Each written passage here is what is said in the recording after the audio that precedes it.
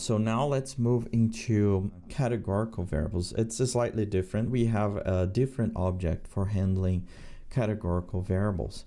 So first of all, let's just look into the default looks of a categorical variable. So let's do comps.sectionPlot and plot our flagged domains. So this is how a categorical variable section plot will look by default. We are just gonna get the default colors, which follows the C0, C1, C2, C3, C4, and so on, matplotlib colors.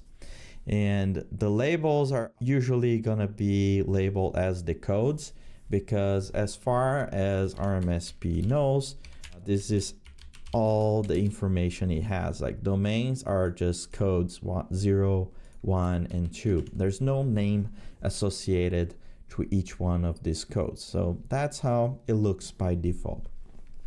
But now we can start specifying some properties of the domains. If you remember the last notebook, we used some very basic Python dictionaries to hold many of the properties we want associated with the domains. Now we're just going to see how to use the RMSP.domains class to specify all those things, and at the same time update the project parameters so that properties get set for that domain. So let's just call this doms equals domains. And the most common way of initializing domains is using the function from alpha_num code.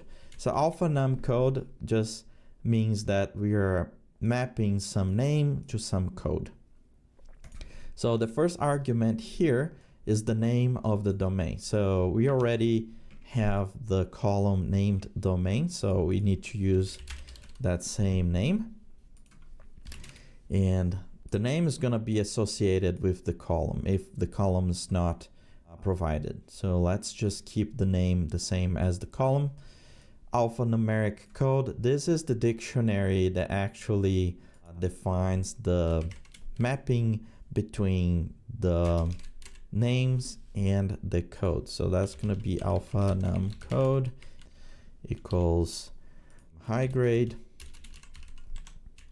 That's going to be code 2.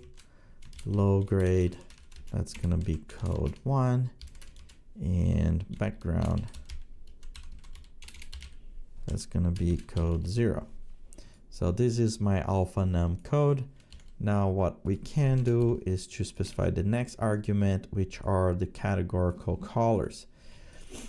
Cat colors equals to high grade. So now we're going to use just different colors than the ones I used before, because I do not want them to match the default, just to demonstrate. So let's grab some hexadecimal codes for colors. So I do have this extension, which is called JupyterLab Color Picker. So if I start typing some hexadecimal string, it will allow me to just pick a color. So for the high grade, I want some bright orange color. So that's going to be my high grade. For the low grade, I want some, say, yellowish color. And then for the background, I'm gonna use some greenish color like that. So that's gonna be the colors for my categorical variable. And also, if you look into the function call, you can see that you can associate some variables to this domain. So if this represents the estimation domains for copper and element A, you might want to associate this with those variables. So we can do variables equals variables. So that's all that we need to specify. And here we have our domains. We have the alphanumeric codes, and we have the associated variables. The associated variables is not required. It's just something that you can do that might be useful within your workflow. We're going to demonstrate in certain ways you can use this object for building loops. So now let's take a look at how the section plot looks now by default. So remembering this is the same call that I had before, but now it's just after specifying domains. So when I run this cell, it will find this column within the composites. It will find this to be defined, and it will use everything that I specified. So the plot now looks to have the correct colors, the colors I selected here, and the labels are no longer just the codes, they are the actual names associated with each one of the codes. So by default, RMSP will use the properties of those domains in order to format all the plots. The RMSP.variable and RMSP.domains have many useful tools that we use within our workflows. So in order to demonstrate that, I'm gonna use the following cells. So the first one is for looping over domains. This is very useful because if we are calculating variograms, we are usually calculating variograms by domain. If we are plotting statistics, we might be plotting statistics by domain. So it's very common to be looping over domains within our workflows. So what we can do is for domain in DOMs, and domain is going to be each one of the individual domains inside this categorical variable. And the properties that we have access to are three main properties. So if I use this string formatting to plot the properties, the first one is domain name, second one is domain code, and third one is domain color.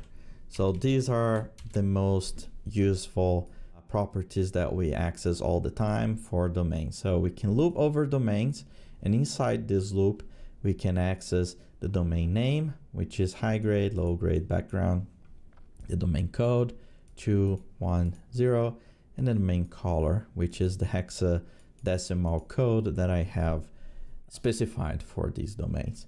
So next, we can also select individual domains. So there are different ways to select them. So for instance, we can do doms.domains, and this domains is going to be a list of domains. So we can select them by index. So the first domain here, index 0, is the high grade, because that's the first domain I have specified for this domains variable. I can also select a domain by code. So instead of using domains.domains, we're gonna do DOMs and then select the DOMs directly. So in this case, what we're doing is selecting it by code. So code 0 is background. So there's a difference between these two approaches. The next thing I would like to show is how to slice the data, because that's another thing that's very common within the workflows. We might want to see the data that's inside a certain domain. So first of all, let's print all the data on screen. So that's going to be using the display comps.head. So that's going to show all the data regardless of the domains. And what we can do now is to print the dom.name data, which is going to be the display dom.get data comps. So this function get data will slice the composites and return only the composites that are inside this domain.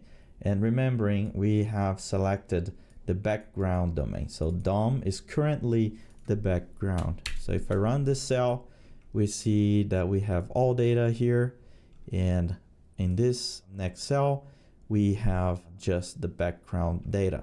So to demonstrate that better, we can actually just do doms.call, and we'll see that for the first data, I selected everything. So we have code 0, we have code 1, but for the second one, we have just sliced the locations where we have code 0 only.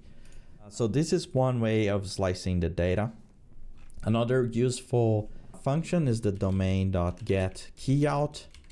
So domain.get keyout, if we apply that to the composites, what that does is to return a Boolean array where it's true if the composite is inside that domain, and false if the composite is outside that domain. So what we can do with this is to slice the composites. So for instance, if I do composites.lock.keyout, then just say doms call.unique. So you can see that it's slicing only the composites that have the code 0, because domain right now is just background. So that's how you create keyouts using the domains.